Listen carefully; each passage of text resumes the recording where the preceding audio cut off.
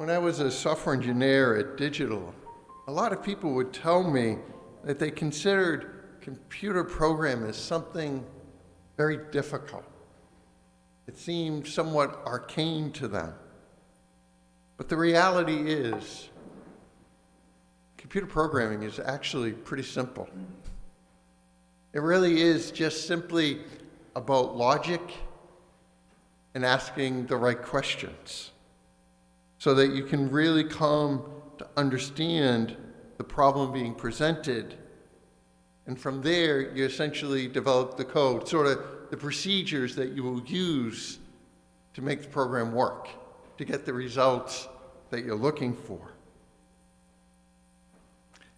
And when we listen to today, Jesus, in a sense, gives us the computer code for how to resist temptation in our lives. But we really need to understand what are the questions that Jesus was answering as he sort of gave us the proper results from that. When we look at the first temptation, really the question that is being asked, how we get tempted, is understanding what is it that you truly hunger for in your life. What's most important? What takes that sense of precedence in what you're doing? And Jesus' code for this is simply, it is written, one does not live on bread alone. In other words, we're called to hunger for God alone. Everything else in our life is secondary to God.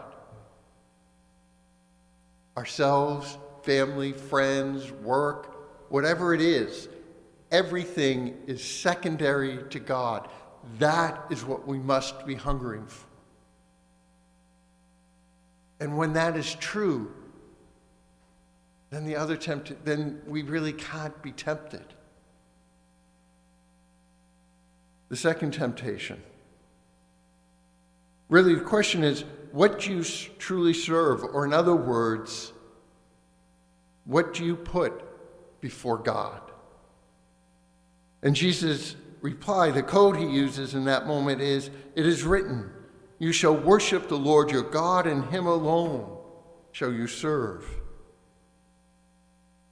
The result of that, really, when we ask that right question, what is it that I'm truly trying to serve? What we should be desiring, again, above all else, is to become an instrument of the Lord in all things. That everything we do, every word we say, every action we take should speak of God. And when that becomes our deepest desire, when that is what we want to do above all else,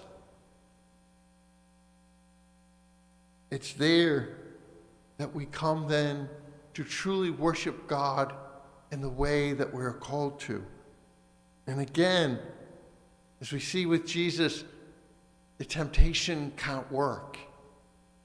That tries to take us away from the Lord, to focus on something else. The third temptation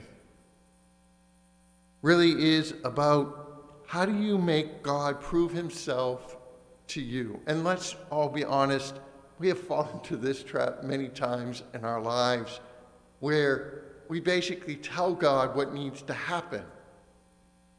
And if it doesn't happen the way we think it should, there's something wrong with God. Because, let's be honest, we could never be wrong about anything. So if things don't happen the way we think they should, God has to be the problem. But again, Jesus gives us the code for this. As he said to him in reply, it also says, you shall not put the Lord your God to the test. The result of this is simply that we come to trust in God, and recognize our complete dependence on him. Only when we can grow in that sense of trust and humility are we able to begin to resist the temptation of putting God to the test. So ultimately, as we come to look at this season of Lent, it is about helping us to grow, to overcome these temptations. Now, obviously, we shouldn't try to focus on everything. That's not possible. But it's really looking at what is our biggest struggle. Are we essentially hungering for something greater than God? And is there something we can do about that now through God's grace? Because that's what we are dependent upon. Is it that we are coming not to be that instrument of God that we're called to? That rather we put ourselves first in situations? Or is it that we don't really trust the Lord, that we don't really see our dependence upon him? Whatever it might be, Jesus has given us the code to be able to overcome that. And the question is, will we put that programming into place? Because when we do, every program, when coded correctly, has a particular outcome.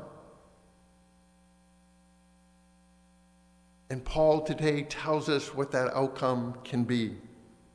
When we implement Jesus' code, it would be that you will confess with your mouth that Jesus is Lord and believe in your heart that God raised him from the dead. And in that, you will be saved.